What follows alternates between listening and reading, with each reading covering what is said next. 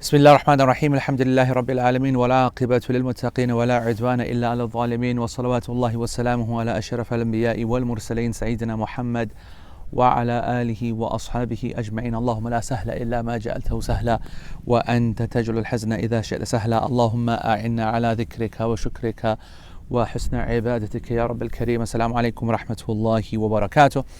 So obviously this is another wonderful LP Roadshow on another unique location. We're in the desert now, in a beautiful setting with dunes and pure sand everywhere. Bifadlillah. So what have we done now, Shaz? We've done the Rockies, so mountains and like water and train, yeah. And we've done Kaaba, Haram, which wasn't bad. Actually, it was very nice, to be honest. Okay. We've done different masajid, different marakis. We've done universities. Done Chido Masjid, of course. Done hotel rooms. Done my room. Malaysia, what did we do? We did the Islamic Institute of whatever it was. We did Pakistan. Did a few places in Pakistan, and now we're in London, but not outside anywhere.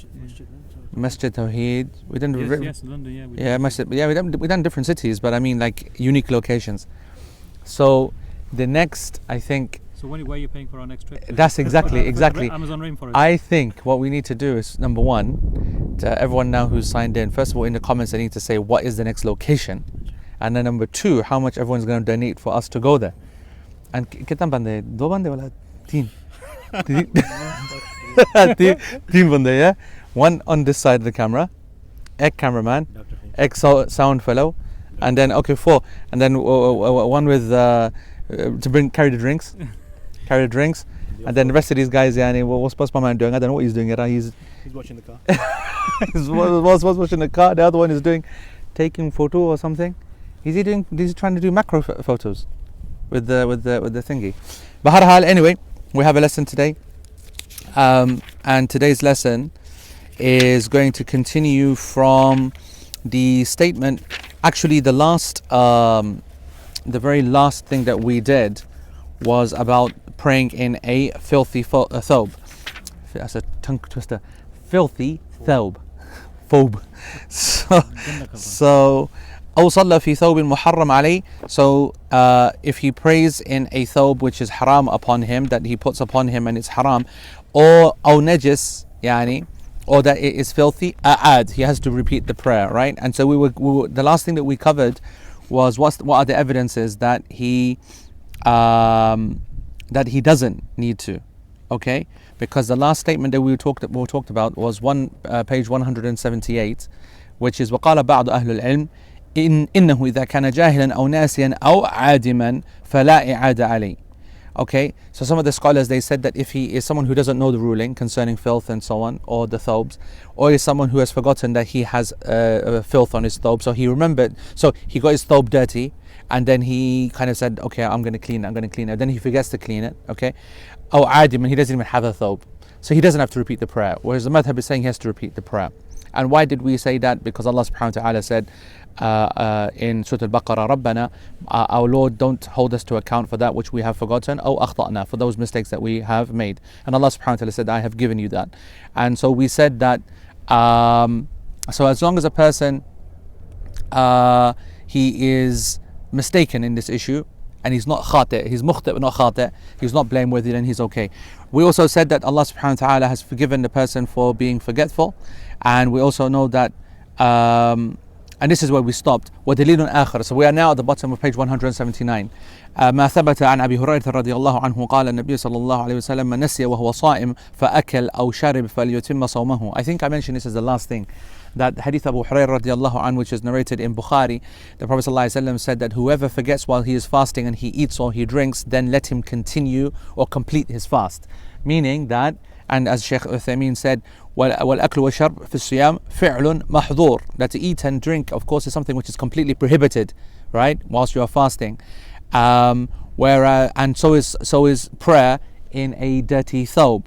Yet the Prophet ﷺ allowed the fasting to continue, so why wouldn't the prayer be allowed to continue as well? Okay, so that's that. Now turn over the page. Sheikh says what if a person says فإن قال قائل أجيب أوجب عليه الإعادة لظهور الفرق بينه وبين الجاهل لأن الجاهل لم يعلم أصلا بالنجاسة فهو معذور والناس مفرط فلم يبادر بالغسل فليس بمعذور. So Sheikh Uthaymeen says, what if someone says that, okay, you're trying to say that the jahil, they accept the jahil, the one who doesn't know, he doesn't know, so we don't need him to repeat. But you're saying that the one who knows but then forgets is the same as the jahil. You're making a qiyas on both of them, but they're different. This person will say they're different because the one who forgets, he had lots of time to be able to, clean it. So for example, he had the opportunity to fix it. He know that he made his thobe dirty, but then he didn't then deal with it, or next minute, or 10 minutes, or half an hour. And if he had dealt with it immediately when it was clear to him that he had made it dirty, there wouldn't be a problem.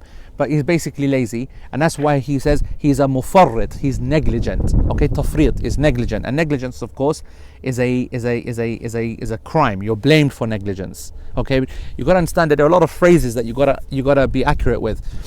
Mistaken, forgetfulness, jahal, and all these are phrases that give you excuses. But the phrase of being negligent, grossly negligent, in any way negligent, means that you are blameworthy, you are to be held accountable. So what and then he continues the questioner, the theoretical hypothetical questioner says وكان من هدي رسول صلى الله عليه وسلم أن يبادر بإزالة النجاسة فالذي بال في المسجد قال أريق عليه أريق على بوله ذنوب من ماء. The Prophet صلى الله عليه وسلم, whenever najasa was seen, he was always very quick to get rid of it, unlike what this person has done, because he didn't and he forgotten. Can't you remember when the Bedouin came into the masjid and he urinated? The Prophet ﷺ didn't delay. After he'd finished, he immediately said, bring me a bucket of water, pour it over it to purify it. فَأَمَرَ بِالْمُبَادَرَةِ. So he commanded for things to be done quickly. وَالصَّبِيُّ الَّذِي بَالَ فِي حِجْرِهِ دَعَى بِمَاءٍ فَأَتْبَاهُ إِيَّاهُ. As soon as the young boy, he urinated in his lap, he didn't say, okay, you know what, it's now najas, I'll clean it later. He said, bring the water so I can clean it right now. And he says, وَالْإِنسَانُ مُعَرَّض لِلنِّسْيَانِ. He goes that insan, by their very nature, they are always forgetting, and nisyan. And so that's going to happen. So the fact that the Prophet ﷺ was very quick, and the fact that we are in this insan and we should know that we are always going to forget, means that we must do it as soon as we know. Therefore, this person who forgot is blameworthy.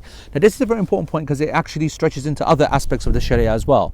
It refers to prayer generally. I mean, pure. If you've got pure clothes, should you pray very early? Should you not? Are you going to be blameworthy if you forget to pray, for example? You know this scenario? So you got the opportunity to pray. You know it's going to be easier to pray later, so you decide to pray later, but then you forget to pray. Okay? And how much sin is involved and how much isn't. So this actually is linked to that, and it applies across many of our Islamic duties. Al-Jawab, Sheikh Uthaymeen says, no, he says we are not going to drop our qiyas between the one who doesn't know, jahil, and the one who forgets, because actually there is no difference between them. We're not going to drop it. And the reason for that, because actually the one who forgets has their own evidence anyway. We don't even need to make qiyas, because Allah says رَبَّنَا لَا تُؤَاخِذْنَا إِنَّا سِينَا. Okay, so Allah subhanahu wa ta'ala has already said in that ayah of Baqarah, don't hold us to account, our Lord, if we forget. So that's already dealt with. Okay, أخطأنا is the jahil part. ثم يقال, okay, it can also then be said, إن مبادرة النبي صلى الله عليه وسلم بتطهير النجاسة ليس على سبيل الوجوب. This is excellent. He goes, also, the Prophet صلى الله عليه وسلم purifying his clothes was not because it was obligatory. He did that because it's sunnah to do so. It wasn't because it was an obligation. Because لأن الله تعالى لم يوجب الوضوء. Allah subhanahu wa ta'ala has not obligated wudu in that manner. وهو آكد من إزالة النجاسة إلا عند القيام إلى الصلاة. And actually, wudu, this is interesting. What Shaykh is trying to say is that wudu is more important than removing najasa when it comes to prayer. Okay? I want you to think about that for a second. What's more important, wudu or najasa? Wudu, why? To make tahara. So also najasa. To get ready for So is removal of najasa. Removal of najasa is also a condition of the prayer. This is spiritual purity, and the other one's physical. It's still a condition. Okay. Yeah, both conditions. Is there a difference between the two? No. Because Shaykh Uthaymeen made a statement. He goes, وَهُوَ آكِد مِنْ إِزَالَةِ النَّجَاسَةِ. Why is wudu more emphasized? Because you can remove an impurity, but if you're not in wudu, there's nothing you can can do to fix it without going making wudu. Correct. Yani wudu needs to be there from the very, very beginning. You can't even think about the prayer. You got to be, yani, to enter it, you have to be in wudu.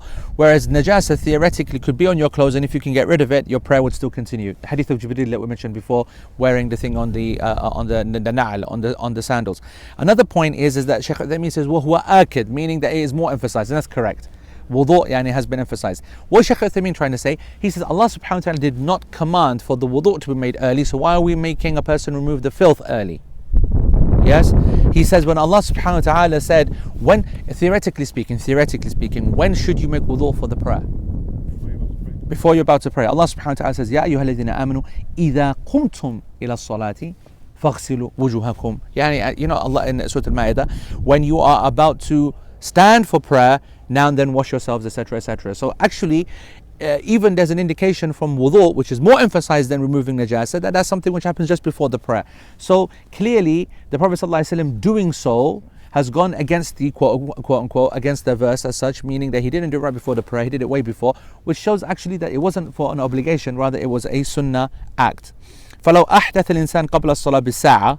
So if a person, for example, he broke his wudu 1 hour before prayer, he's not obligated to make wudu then. That's the point that Shaykh is trying to make. Yep. Allah has not obligated him to make wudu.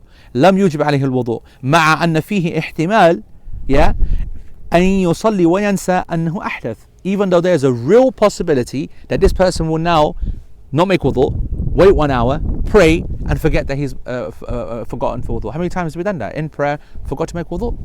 Sah? And there's no problem. You break the prayer and you go and you make wudu. No? Yes, but what we're saying about having najasa on your clothes, that if a person can't intentionally go into the salah with najasa. Okay. There's no doubt about that. Intentionally impossible. And unintentionally, are we stopping salah and going cleaning it? Or? Unintentionally, a person enters. That's just like wudu, not a problem. Then he realizes. So in wudu, he realizes he's got to get off. Yep. But what about in clothes? Depends on how it is. So for example, we covered this before, I think year 2. Person, for example, something fell on his hand is najasa. What did we say? If it is Possible to remove. which is how? If it is Dry. then you just flick it off. End of story. And if it is wet, then we've got a problem, and prayer has to be broken, has to be washed off. In the scenario of the Prophet ﷺ, it was actually on his slippers, so it's easy just to remove. Jibreel alayhi salam told him it's on your slippers. He removed the slippers, and then the companions did exactly the same. When he asked, why did you do that? He says, we saw you do that, Ya Rasulullah. He says, no, mine had najasa on it, and Jibreel came and told me specifically, for you guys, there's no reason for you to remove your slippers. So then Shaykh says, فإذا كان كذلك لم يمكن تأخير التطهير تفريطا. So he goes that if that's the case, and to delay purification is not seen as negligence, so how can it be negligence then to remove the najasa from your clothes? The one who forgets, فإذا نسي النجاسة أو تطهيرها كان معذورا. So therefore, if a person forgets, whether he forgets to purify, whether he forgets to remove his najasa, he's forgiven. This would make the women's life a misery. Go on. For the baby. To not worry about it. Because they soil themselves, they have to be cleaned immediately then. Correct. Sah. If they're playing around, good. That's also a very good point. From a practicality point of view, when you have children, you don't change a nappy as soon as they make a nappy. Yeah, and even though because they're gonna go again. They're gonna I know you're upper class, yeah. Change the nappy every 5 seconds. Well, I can't say that because nappy. You're living the bachelor's life now, yeah. When you start paying for these nappies, proper brand, because I know Buddy is gonna want a branded version. Import from Pakistan.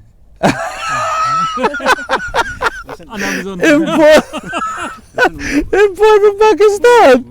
We don't wear it. They don't wear nappies in Pakistan. There are no nappies in Pakistan, bro. Like lungi, no? I know, in the Karachi palaces where you live, there are. But normal people, they don't have nappies, bro.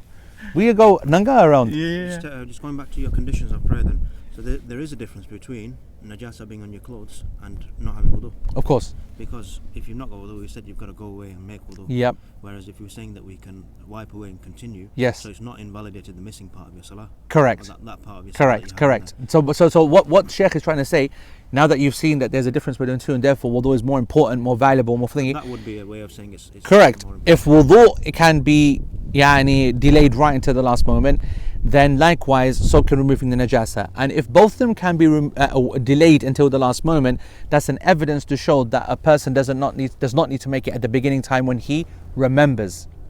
That's the point that Shaykh is trying to make. If it's permissible to delay something, then it means it's not obligatory to do it at the early time when you remember. And therefore, that the whole argument is here to establish that it is quite okay to forget.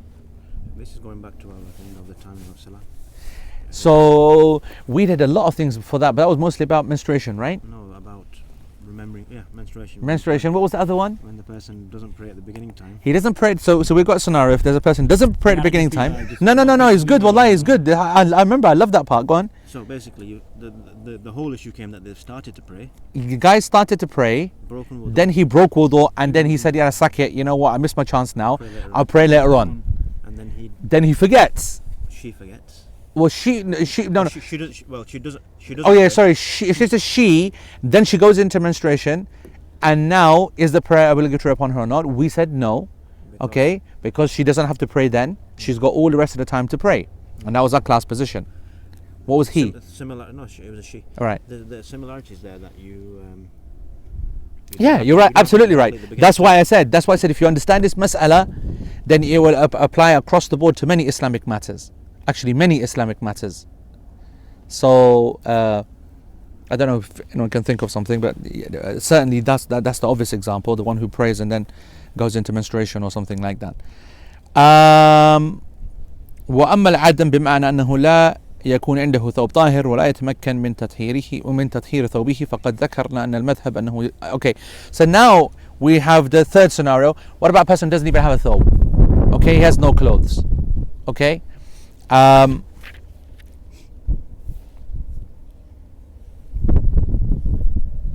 No, sorry, beg your pardon. He doesn't have a clean thobe. Okay? So you only have a filthy thobe.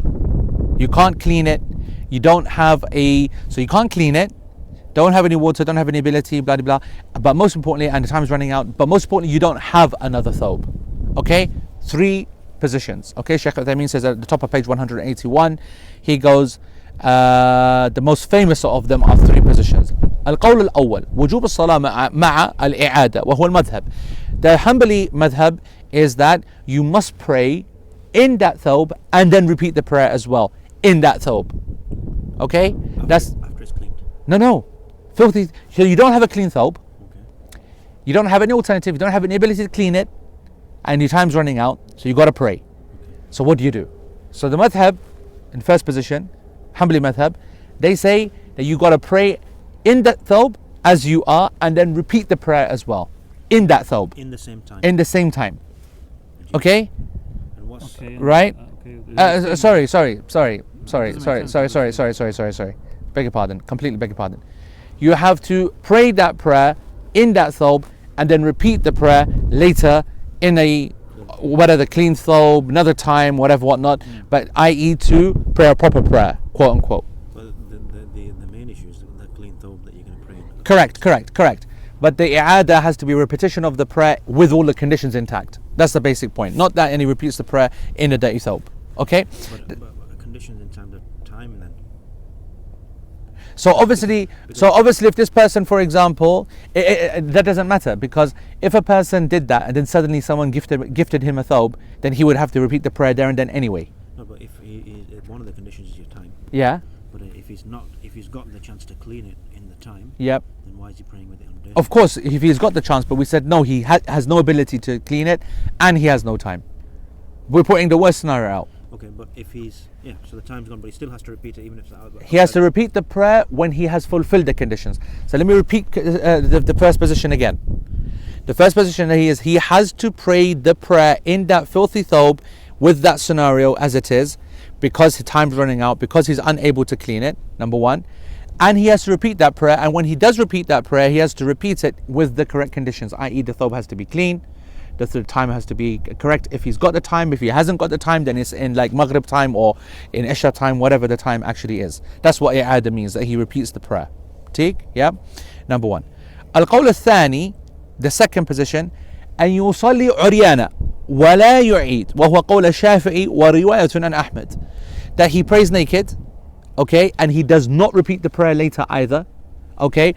And this is the position of, this is a statement of a Shafi'i, This is the statement of Shafi'i, the position of Shafi'i, and it's a riwayah, a narration on the authority of Imam Ahmed. Condition, cover your aura. Condition is to cover the aura. Condition to have clean clothes. Condition is to have clean clothes. How would they? We're going to see that now. We're going to see that now. And the third position, القول الثالث أن يصلي به ولا إعادة. اختاره الشيخان الموفق والمجد. Okay, so وهو مذهب مالك. This is good. Okay, the third position is that he does pray with that thobe, that dirty thobe, and he does not repeat the prayer. And this is the position of the two sheikhs. Who are the two sheikhs? Malik. In the Hanbali madhab. Whenever the two sheikhs is mentioned, it's in the Hanbali madhab. Okay, it's difficult. I don't think we really covered it before, but he then mentions it. And he says, Al-Muwaffaq, okay, and Al-Majd. So who is Al-Muwaffaq? Who can remember from the first lesson, like 5 years ago now? Ibn Qudama, excellent. That's Ibn Qudama, the Shaykh of the Madhab, the Imam of the Madhab, the one who wrote every single level of book, starting from Al-Umda all the way to Al-Mughni. Okay, so he's like the daddy of the Madhab. Who's Majd? Who's Al-Majd? It's easy. If I give you one clue, who's the world's favorite scholar of all time? Shaykh Islam. And so what is Majd to him? His Majd is his relative, direct relative. No, his grandfather. Okay, Al-Majd, okay, is for the same family of Ibn Taymiyyah, and he's the grandfather, and he's the proper Hanbali. He's the proper Hanbali. That's why Ibn Taymiyyah in al-Asl is Hanbali. Of course, he then went freestyle hardcore. But Majd also, you need to know, is the daddy. His grandfather was alive at the time of Ibn Taymiyyah? I think so, Shaz. Do they have any differences? Yes, obviously. I mean, there are differences, but you're talking about during his lifetime, during Niqash. As a rebel, even by his grandparents. Wallahi, Shaz, you asked a question, I can't now recall Because if he's hardcore any Hanbali. specific incidents of him speaking about interactions with his grandfather. I can't recall it. That's something we should check out. It's nice. Name.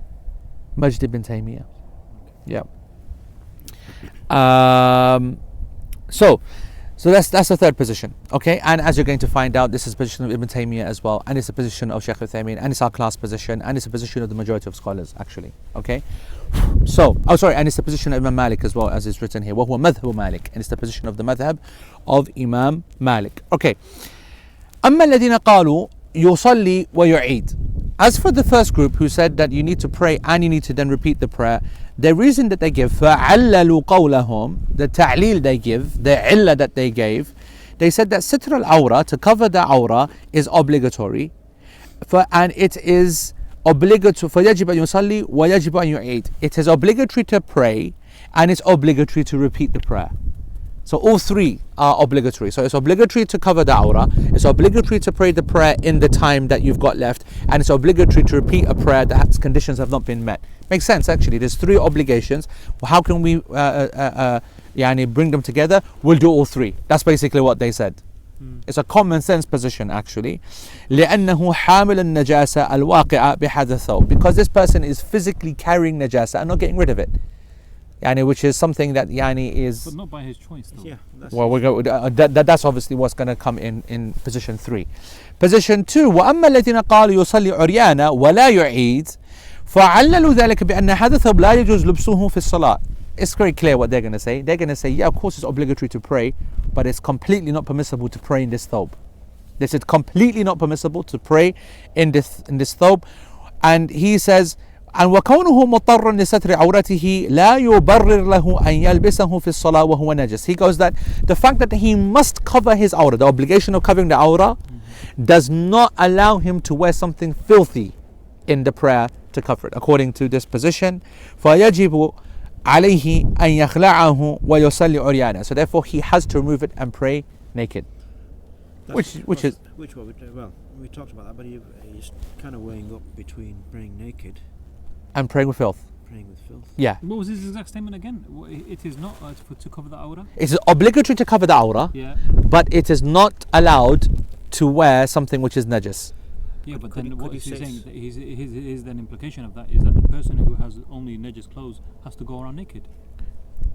Mm, What's his exact? That's why. What's his exact statement? بأن ستر العورة واجب, Yeah. that's what because to he's saying. cover the aura is an obligation. فيجب أن يصلي no, sorry, beg your pardon. I'm reading the wrong one. وأما الذي okay, فعللوا ذلك بأن هذا الثوب, that this thobe, it is not permissible to wear it in the prayer. And considering the fact that he has to مضطرا لستر عورته, considering that he is obligated to cover his aura, In and outside of the prayer. he doesn't mention But it is. We know that. لا يبرر له أن يلبسه في الصلاة وهو نجس, does not give him the excuse to not wear it whilst he is praying. Okay, and so therefore he has to take it out and whatever. I mean, I'm not going to say it's a crazy position, but it's certainly not the strongest. It's Extreme. you're doing two things, then, aren't you? Really? Yeah. No, you're doing one One. thing, one problem. وأما الذين قالوا, as for those people who said that you pray in that and you do not repeat the prayer, then they said that satr is wajib. We know that. To make yani satr of the aura is an obligation. That's fine. وإن حمله للنجس حينئذ للضرورة.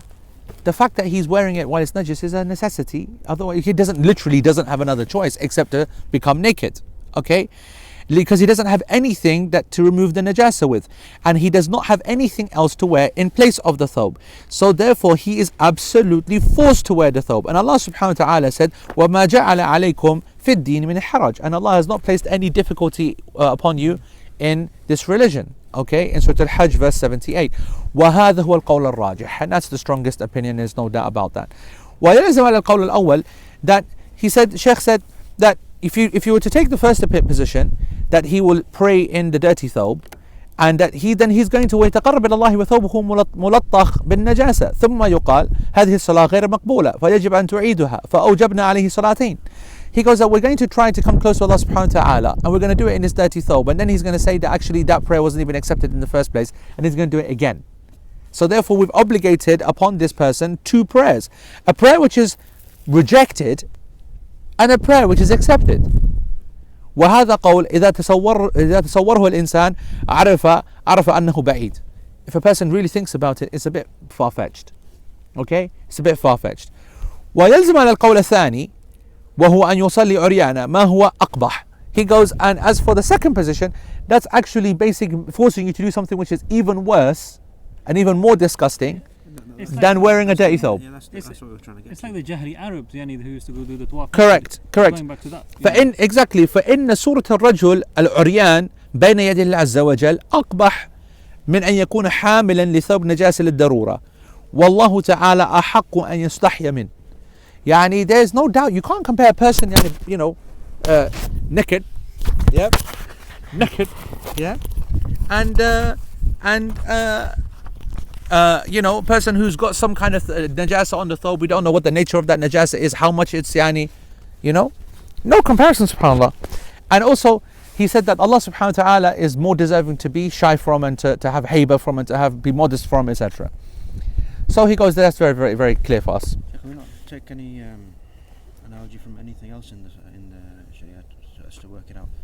If we're fasting and we can't fast, If you're fasting and you physically can't fast because you're ill or tired or you're ill, yeah, okay, or too old, too old, yeah. we make it up or we don't make it up. You pay the So it depends upon the nature, isn't it? If you Is it something which if is you you're can able manage to fix? If it's something that is within your ability, or you know it's temporary, then we repeat it, yes? And we know if it's a permanent situation, then we don't repeat it. So now, but the wider question is what you say. Can we make an analogy from other acts? And that's a controversial point. Okay, the controversy there is whether qiyas is permissible when you have completely different acts of worship. Yep, like different genre. Can you make a qiyas yani from one type of worship to another? And in general, the scholars don't like that. In general, okay, even though there's some discussion about it. So then the last sentence then, لا من حبس في محل النجس. I think that says, am I on this, Shaz? I think I am, aren't I? Yeah.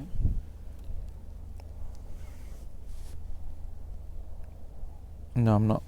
Open that up. Yeah. The text, the last line of the text is, so in Arabic, we are in the sentence, where are we? نعم. أو صلى في ثوب محرم عليه أو نجس أعاد لا من حبس في محل النجس. So if some of one's Arabic becomes significantly uncovered, we did that. Or praise in an unlawful garment, we've done that. Or it is impure, we've done that. They must repeat the prayer. That's the Hanbali position. What have we said? You don't need to repeat the prayer. And the evidences indicate that. Finally, one does not repeat the prayer though if confined in an impure place, trapped in an impure place. Hubis. Okay? So my man's trapped. So what happens now? He cannot get out of this place to a pure place. لأنه مكره على المكث في هذا المكان. He's actually forced to stay in this place that he is in. والإكراه, to be coerced, to be forced, حكمه مرفوع عن هذه الأمة. Allah subhanahu wa ta'ala has lifted coercion from, and lifted the consequences of what you do under coercion from this ummah. Meaning that a person is not held accountable. And that is because the Prophet sallallahu alaihi wasallam, he said, and this is of course famous hadith that's narrated by Imam Abu Dawood, and some scholars consider it to be weak, but we consider it to be authentic. إن الله تعالى إن الله تجاوز عن أمتي الخطأ والنسيان وما استكره عليه. And the tahqiq is on page 147, but I'm sure I covered it. Maybe not in this lesson, not in LP, maybe in different class. Let me give you some little bit of thinking. So it was narrated by Ibn Majah in Kitab al-Talaq, and it was narrated by At-Tabarani in Saghir and Dar al-Qutni as well, and it was narrated by Imam al-Bayhaqi, and it is the hadith of Ibn Abbas. And Imam Ahmad made massive inkar of this. وَاسْتَنْكَرَهُ الإمام أحمد جدا. يعني he rejected this hadith hardcore. وقال أبو حاتم الرازي hardcore ناقد الحديث يعني لا يصح هذا الحديث ولا يثبت إسناده. وقال محمد بن نصر ليس له إسناد يحتج بمثله. He said that this hadith is not authentic, Abu Hatim said, and its isnad is not established, and Muhammad ibn Nasr said that there is no chain that can be used as an evidence for this hadith. وَلِلْحَدِيث شَوَاهِدْ, but this hadith has supporting chains and evidences, such as the narration of Abu Darda and Darda and Abu Bakr and Thawban وعقبة ibn Amir وأبي ذر وابن عمر إلا أن جميعها لا يخلو من مقال وضعف وعلة بل ونكارة. He said, except that every single one of these chains has some kind of little issue, a little bit of weakness, a little bit of kind of weirdness, a little bit of rejection. قال ابن حجر الأسقلاني in conclusion, he said, بمجموع هذه الطرق يظهر أن للحديث أصلا. He goes, when all of these things are all put together, it's clear that this hadith does have an asl. It has a basis. You see how what he's saying? He's not really going all the way out and saying this hadith wording is spot on, whatever, but he's saying that there's a basis to this. And of course, we know that generally from the Quran. General evidence is from the Quran. So anyway, I want to say that I think this hadith is acceptable. Okay? So And the big scholars of hadith have rejected it. not all the big scholars, but many big scholars of hadith, yes. So And they consider the isnad to have a problem.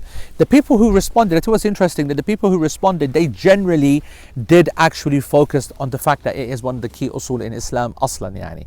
So isn't it? I mean, are we accepting it when it's had that much criticism? We are because we are for two reasons. One, this hadith from its chain's point of view is not very weak. It is not there's no fabrication in it, there's no absolute weakness in it so that it can't be used together. So from hadith sciences we know that if a hadith or narration is not very weak, then they can be combined together and it can be lifted to a level of hasan. Okay, as long as each one of them is not very weak.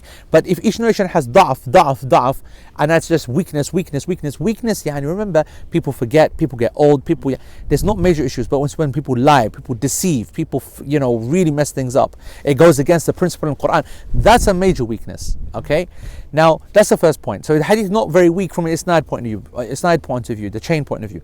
From a matan point of view, number two, we know that this religion has basis, that when a person forces you, or you are forced in a scenario, whether that force is self-enforced because you're dying of hunger, or whether someone is forcing you at point of death, then we have basis that this is not something that a person is held accountable for. Which sahabi was it that came to Prophet Sallallahu Alaihi Wasallam and said that My heart, yani. I was forced to say kufr. And the Prophet ﷺ said there's a difference because your heart was full of iman. Yep. So there are many supporting evidences that suggest that. And that's why Ibn Hajar, what he says that yani, aside from the Quranic and the Dini and Usul al-Din point, that there is a basis that when you are forced and you're given a green card, just generally even from the hadith, if you combine them, it's not supremely weak. So a lot of the supporting isnads were there. There are a lot of supporting Supporting isnads. isnad, so The the shawahid are there. So the multiple of them. The multiplicity of the asanid and the It's lack significant. and the lack of any single one of them being very weak leads to a conclusion which is acceptable. And then this so then he says, and this is something which is very interesting. Okay, I want you to note this. وَالْفَرْقُ بَيْنَهُ وَبَيْنَ مَنْ صَلَّى فِي ثَوْبٍ نَجِسٍ. The difference between this guy, okay, and a person and a guy who prays in a najis thawb. What's the difference? Both conditions. No, what's the difference? Well, they both are conditions, I'm saying. Both are conditions, but what's the difference in scenarios between the two? One's a precondition, one's a condition. No, He can't change that. he can't change which one. He can't. Change He the can't get the- naked of this. So he can't. The guy with No. the thobe can take the thobe off. Correct. He can't take. Yeah. If he's stuck in this place, he can't get out of the place. Correct. There's no option. Okay, so one really literally has no other option. The other guy theoretically could take the thawb off. Okay, so ليس مكره على الصلاة فيه ولذلك لو أكره على الصلاة في ثوب النجس فإنه يصلي فيه ولا إعادة. This is a beautiful point.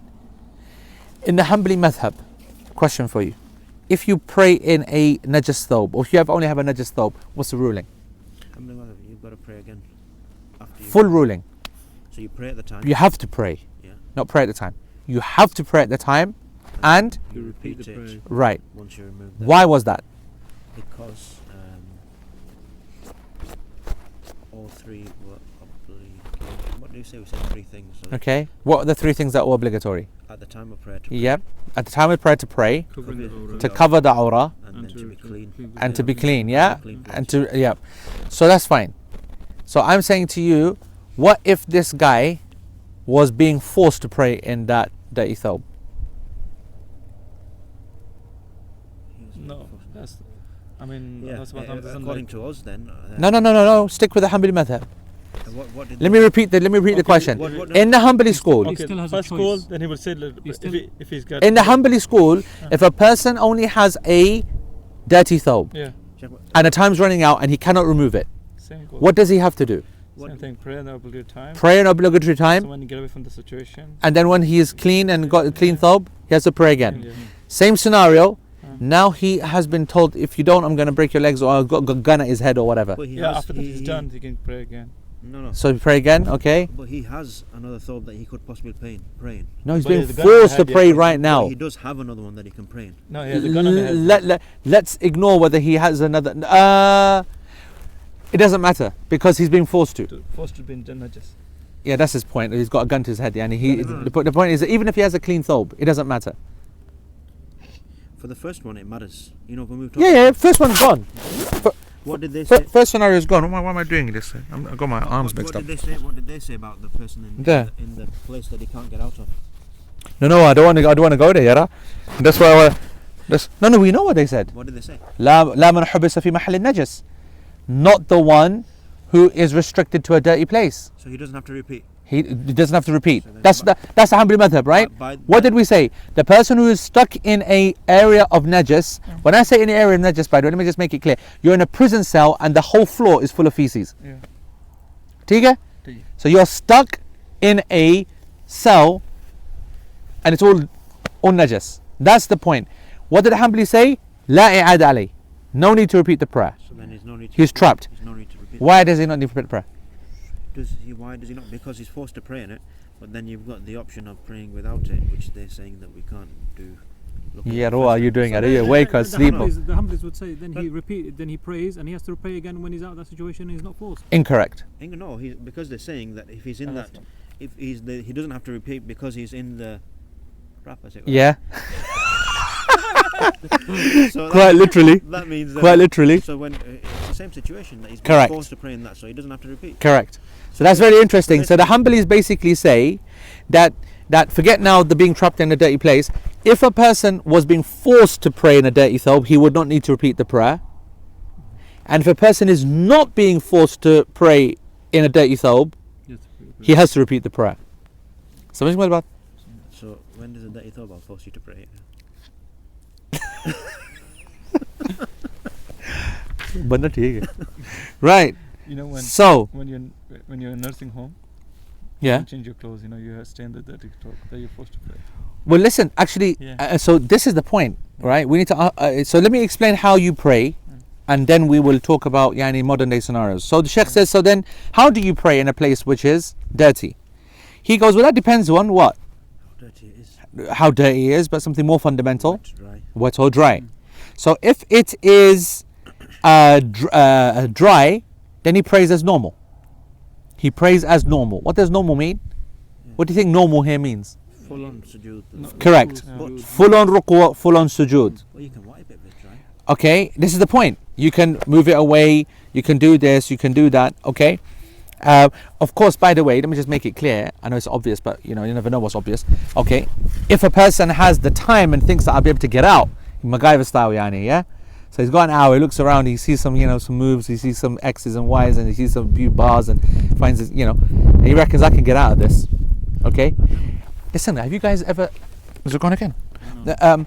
Have you ever guys ever done escape room? No, some my friends did it last week. No. Oh, one thing we should try and do, Chaz, tomorrow. Escape room. No. No. Listen, by the way, I just want to say there's one in London, which is One brilliant. Preston, Yeah, but no, there's one in Manchester as well. These escape rooms are all over the place. But the one I went to, and with the Yasser, me and YQ, we went to it in London, and I can't remember the name. Did you sit down? He didn't sit down and pray, but I'll remember.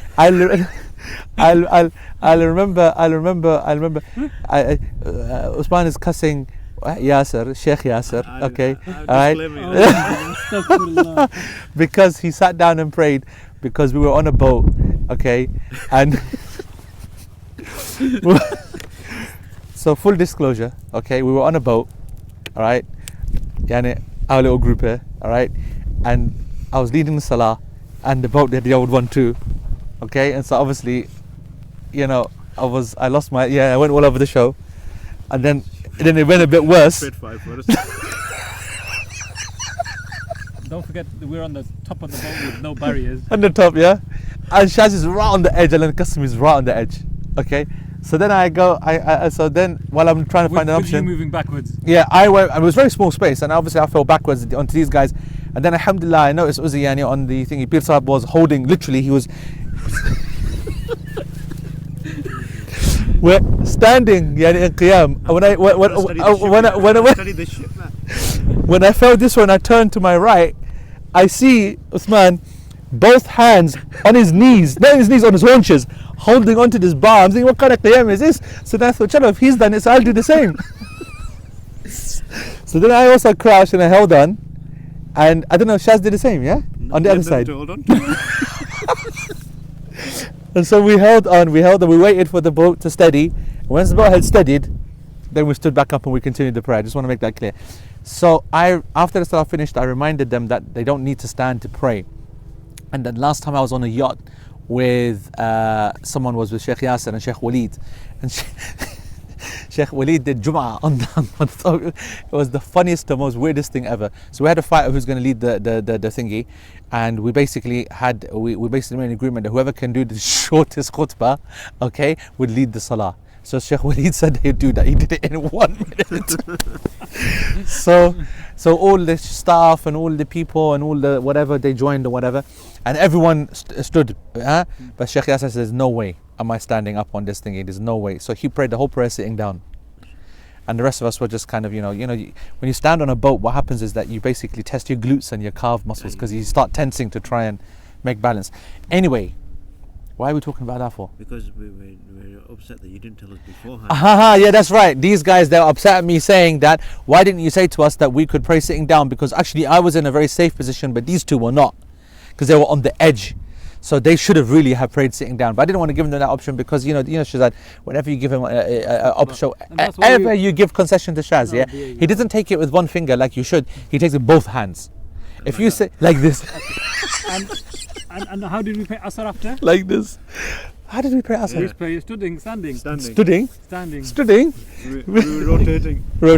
Standing. No, that was because the boat then turned. No, that was during the salah. Not a single person, not a single person gave me the respect I deserved. I'm leading the salah, and I noticed that the boat turns 90 degrees. These guys are in their own dreamland, and then I decided to Just then watching him, change. he's not going to fall back and I push then the boat. changed. I changed the direction because our qibla has changed, and these guys have decided, what's happening. It took them like 5 seconds to work out to actually follow me. Yes. There was Yeah, a so immediate. rebel. Immediate it was. It was a You mutiny. went round and I went round. Well, just because when we're on a ship, they think we should have mutiny. Anyway, the point is, they said we should have sat down and prayed. Now, the point here is that if there is an area, what's the ruling concerning sitting and praying and avoiding sitting as well, standing away from the floor? So what Sheikh Al-Thameen is saying is that when the earth is dry, the najasa is dry, then you don't need to, for example, be on it, yeah? Or you can move it out the way. Or if you touch it, its touching is a temporal one. It's not of the same type as if it is wet. If it is wet and there's moisture, then a person, he does normal qiyam, does normal ruku', but he does not make sujood. He goes down onto his haunches. What's that other way of saying haunches? Squatting. He squats and he indicates for sajda. So you squat, so your feet are still there, and you indicate your sajda. You're going to And demo then, your glutes and your... am I going to demo it? What do you think, Yani? Okay, look. Can they see, Shaz? Yeah. Can they see? Yeah. So I can't stand if I stand up. Am I okay? No, it's fine. Yeah, I'm alright, yeah? We can't see you. We can't see you. It's okay, so I don't need to see. Unbelievable. Okay, so I'm standing, yeah? Allahu Akbar. Allahu Akbar. Now, obviously here, okay, here's the point. You will minimize your contact with the najasa, the floor. So your feet would come off the floor like this. Okay? If you go back a little Just bit. onto your toes. Onto my toes, okay? So I'm in ruku' on my toes. Then I come back up, okay? Sami Allahu liman hamida rabbana wa lakal hamd. Allahu Akbar. Like low position. Like this. You're not showing my thingy, yeah? No. Don't do my bestie, yeah? No. Yeah? Yeah? So I'm now on my toes, Okay. Bring your hands up. in squatting position. Can you see my feet? No. So how's that going to happen, Chaz? Because then they could see the rest of you. What? So I'm squatting now. Anyway, if anyone knows, I'm now, not only am I squatting, but just like if you're in a packed toilet, yeah? So just take the mic off and just step back a little But you bit. have heels on the packed toilet, you know. Take the mic off and step back. Okay, guys, just watch this. Go How back. far back do I go? Yeah, that's fine. That's fine. Yeah? Yeah, So- sideways, This is obviously, huh? yeah. Hey, you thought that I'm not fit enough, huh? Ah. You see, this is now stronger knee now, mashallah. Yeah. MashaAllah. But take it, okay? And, So this nice is posi- squatting, So yes? it's basically Pakistani This is, toilet this is position. Pakistani style. Yeah, okay? lotus position. Now, I'm saying that it'd be like this. Can you see the feet? So, Yes. Can you see the feet? Yes. So I'm on my toes now. That's the minimum connection with the filth. Jack, but you And I'm like this. okay. And then I'm like this. Okay. Shuf. Sure. You know that I'm not moving, huh? You're testing my glutes, aren't you? Way easy, tiger. Watch, yeah? Allahu Akbar. Rabbi yaghfir li, Rabbi yaghfir li. Allahu Akbar. Subhana Rabbi al-A'la, Subhana Rabbi al-A'la, Subhana Rabbi al-A'la. Allahu Akbar. Atahiyatu lillahi wa salawatu wa tayyibat. All the way. Allahumma salli adan. Assalamu alaikum wa rahmatullah. Assalamu alaikum wa rahmatullah. Question. Take. Yeah, go on. When you were Come standing, back to the phone. when you were standing, Yeah. like your heels position- on Now I'm standing like this. Look, my feet are okay, like this. feet is up. Okay? Okay, that's the question. Like that. that's got to be difficult, you know. Yeah, if it's difficult, then your feet go down. This is not a major issue. The issue of the feet, side profile. Whoa, easy. You got me. Silhouette. Yeah. Come back, man. The thingy, the feet is not a major issue. Once the feet, can you see the feet? Yes. Yeah. Yeah. Obviously, if you can stand like that, okay.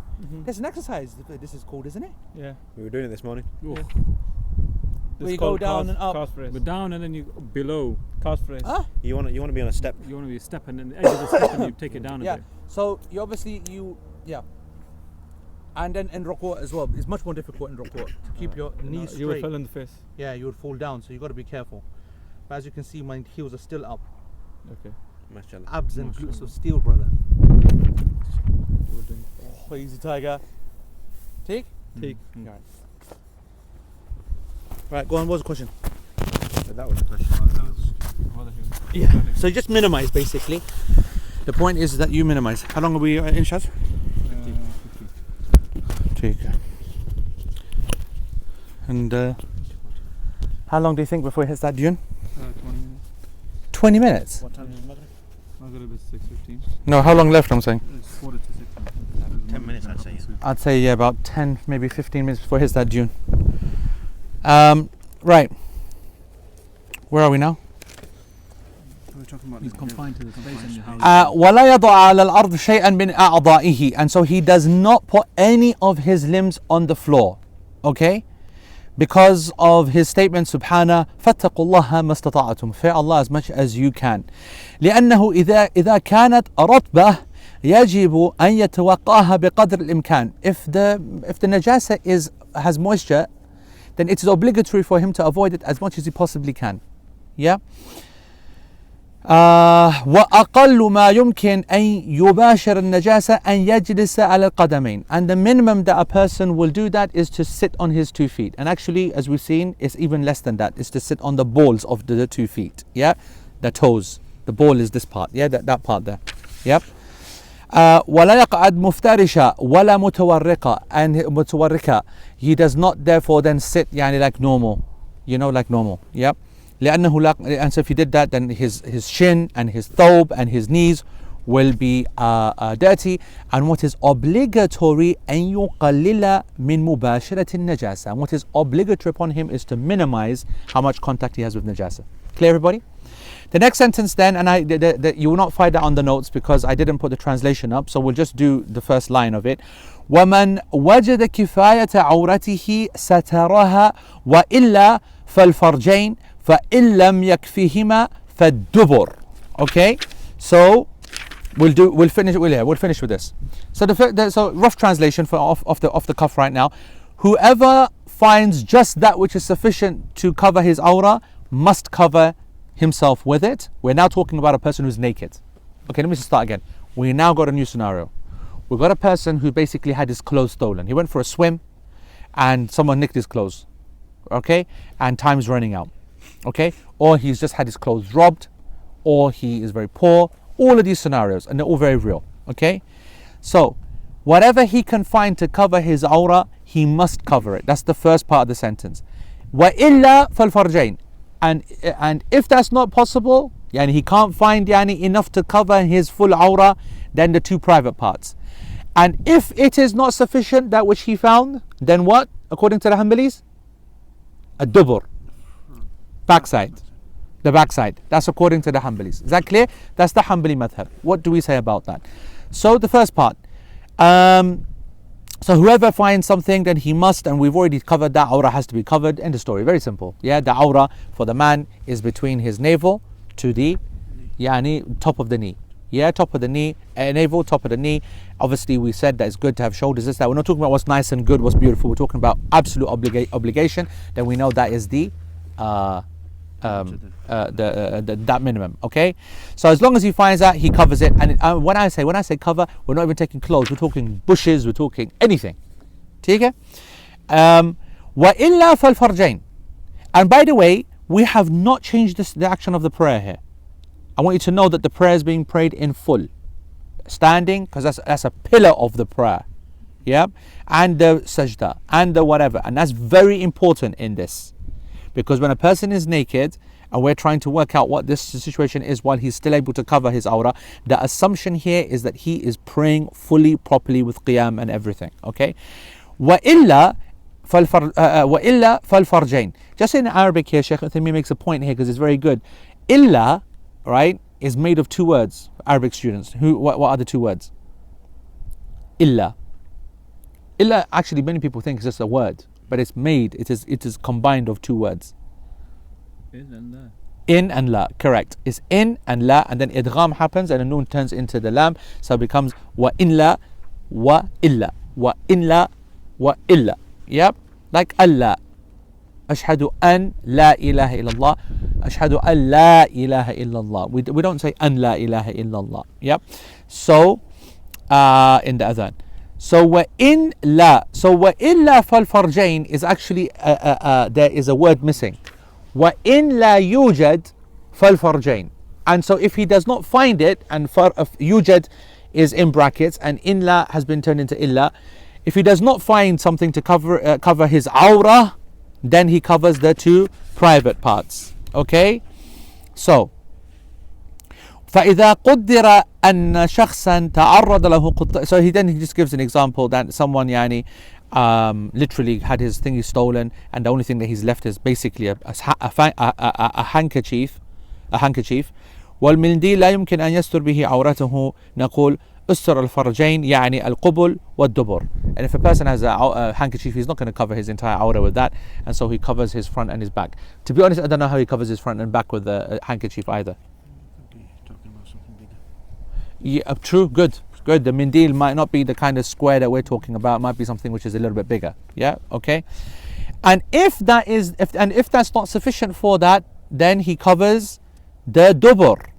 Okay, and he says لأن القبل إذا ضم فخذيه على ستره إذا ضم فخذيه عليه ستره. Okay, sorry, I read that completely wrong. Reason for that, for a male, okay, I guess female as well, is if a person closes his thighs, he can minimize the appearance of the front part of the private parts. Minimize it. Okay, so he has to pray with his thighs closed. We're still talking about full prayer. Full prayer.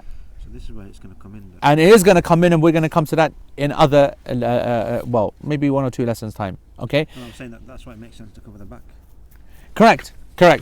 This is the point. He says that the front part, when a person closes his thighs, he can effectively cover that himself, male or female, effectively. Okay. Although all the examples really are about the male.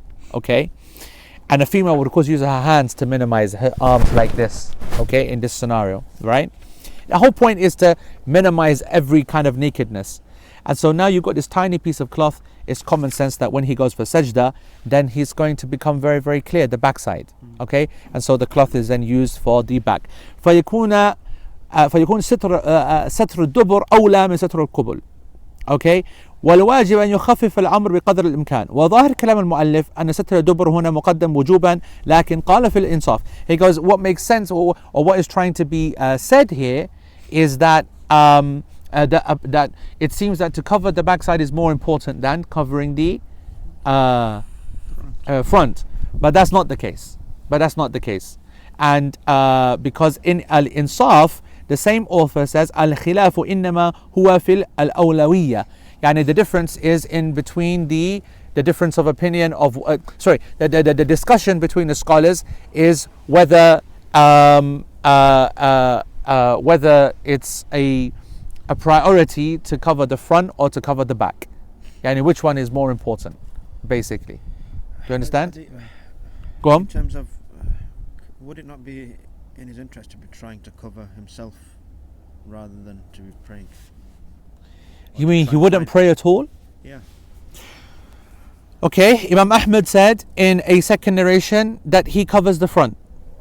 Okay, and that is a bigger priority because it is far more fahish min ad-dubur. It's a shocker, and we accept that. All society accepts that and believes that. Yani no one considers the backside yani a biggie. Yeah. You know what I'm saying? People go around the backsides. Look at all these people with their flipping their bum riders. You know Why are you going to bring the tone down? Okay, let's keep it up. And also Sheikh says ولهذا جاز استدبار الكعبة حال قضاء الحاجة في البنيان دون استقبالها. That's why it is permissible that when a person is in a building, okay, it is permissible to face the Qibla and urinate, but not turn your back towards it and urinate. Okay, now look, this issue, to be honest, is one of discussion. Okay, it really does depend on so many things. Are you able to minimize what appears when you are standing and in ruku'? Are you able to keep your thighs closed? Theoretically, yes, you are. Okay, you are. It is possible for you to close your thighs. It is possible for you to minimize that as an opening. So there's that. As for the back, then it also depends. You can, for example, go and pray towards the back of a wall. Okay, keep yourself in a shadow and so on, and make your sajda still a legit one, but one which is further back. Okay, so you're not spreading yourself out so far forward, but you're actually staying back and you make sure your back is straight. So obviously we're talking emergency scenarios, and Allah subhanahu wa ta'ala has not placed any kind of difficulty in the religion upon people, so person plays it by ear. But I do think that there's a point that the back, I think that makes a lot of sense, even though the riwayah is correct that the back is something which is important. Even though the front is more shocking and you would cover that anyway, it is easier to cover, and going into sajda is a problem. Hands also, for the male, the hands, and for female as well, to be honest. Hands could do it. We didn't talk about You could do that for the female, obviously covering her chest and her hands. These are the kind of things. You'll see later on the scholars will start talking about how does a person pray. Is it permissible for a person then to pray with the legs like this, the whole prayer? And then that way what happens is that a person, should I show this or what? Can you see it? I think it's common sense anyway. What I'm saying is that a person, he crosses the legs like this. fold your legs and bring them to the chest. Yeah, exactly. You fold your legs, bring them to yourself. You're covering the front part, and you're kind of using your feet to cover the worst part of your backside, and then you would pray like this. Okay, we're going to come to that. Emergency scenarios. Okay, what questions do we have on this part? What did we say about a first position on praying in the prison or in the confined space that's dirty when you're forced to do so? So we say you pray, and you pray full, and you are exactly as the madhab says. If it is dry, then you have no issue, because the dirt is something which can be moved out the way and whatever.